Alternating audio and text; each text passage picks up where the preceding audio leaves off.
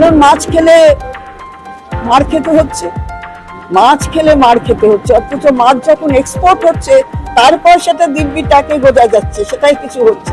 তো মাছ খেলে কেন মার খেতে হবে? বাংলা ভাষা বললে মার খেতে হবে, আবার বাংলাকেই দখল করতে হবে কেন? কেন এত ডাব ডাব করে খালি বাংলার দিকে তাকিয়ে থাকে?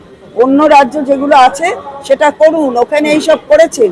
মহারাষ্ট্রে 40 লক্ষ লোক ঢুকিয়ে দিয়েছিলেন, দিল্লিতে করেছেন, বিহারে করেছেন, এখানে ওটা করতে পারছেন না, তাই 15 দিন এসে বসে ঢুকে গেছিলেন। তার কি হবে? ঢুকে গেছেন, উনি ঢুকে গেছিলেন, আমি জানি না, র্যালিটা ঢুকে গেছিল। ও র্যালিটা ভুল করেছে আর কি, মানে ভুল করেছে না, মানে জানে যে এই জায়গায় প্রণামটা না করলে হবে না, কিছুই হবে না। সুতরাং উনি যে প্রণম্য সেটা বোঝা গেছে, ওনার চালা চামুন্ডারা বুঝেছে উনি যেতে পারেননি। তা উনি একটু রোদ্দুর খান, একটু বৃষ্টি টিষ্টিতে ভেজার অভ্যেস করতে হবে। গাড়ি যা দেখলাম উড়ে বাবা, তার সাথে কি ওই হাওয়াই চটির কম্প্যারিজন চলে না? উনি যা হেঁটে ঘুরে বেড়াবেন, মঞ্চে যা বেড়াচ্ছেন সেটা দেখুন, সেই স্পিড তৈরি করুন, তারপরে বাংলার কথা তারপর ভাববেন। প্রথমেই সবাইকে আমার শ্রদ্ধা, শুভেচ্ছা, অভিনন্দন। পুরাতন বাজার ব্যবসায়ী সমিতির আজকের এই সভা এবং মন্দির প্রাঙ্গণে অবশ্যই যারা এখানে প্রতিদিন মানুষকে তাদের জিনিসপত্র প্রদানের মধ্য দিয়ে ক্রয় বিক্রয়কে মজবুত করছেন মায়ের আশীর্বাদে, তাদের আমার অনেক অভিনন্দন। কারণ আপনাদের জন্য আমাদের বাংলার অর্থনীতি এখনো চাঙ্গা রয়েছে, কারণ আপনারা সর্বসময় সেই দিকটাকে লক্ষ্য রেখে এই বাজারগুলোকে চালু রেখেছে।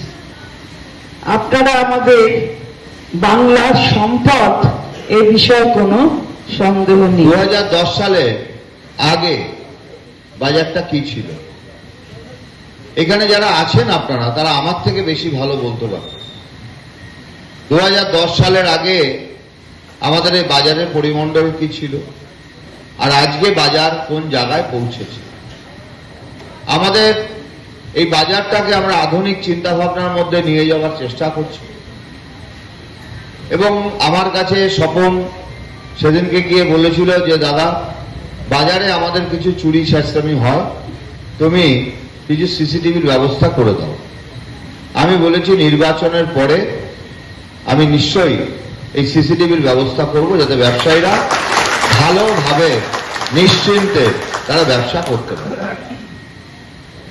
আমাদের আগে 34 বছর একটা দল আপনাদের শাসন করে গেছে, তাদের মাথায় কখনো আসেনি যে নিউ ব্যারাকপুরে একটা পূর্ণাঙ্গ রেশন অফিস করতে হবে, নিউ ব্যারাকপুরে একটা পূর্ণাঙ্গ থানা করতে হবে, নিউ ব্যারাকপুরে একটা ফায়ার ব্রিগেড অফিস করতে হবে। আমাদের এখানে একটা ফায়ার ব্রিগেডের যে প্রয়োজনীয়তা ছিল 34 বছর কেউ ভাবে। আমাদের বাজারে বা কোথাও যদি আমাদের নিউ ব্যারাকপুরে অ্যাক্সিডেন্ট হতো, তাহলে কামারহাটির থেকে গাড়ি আসতে আসতে সেই সম্পত্তিটা শেষ হয়ে যেত। আমি বাস্তবের উপর দাঁড়িয়ে কথাগুলো বলছি।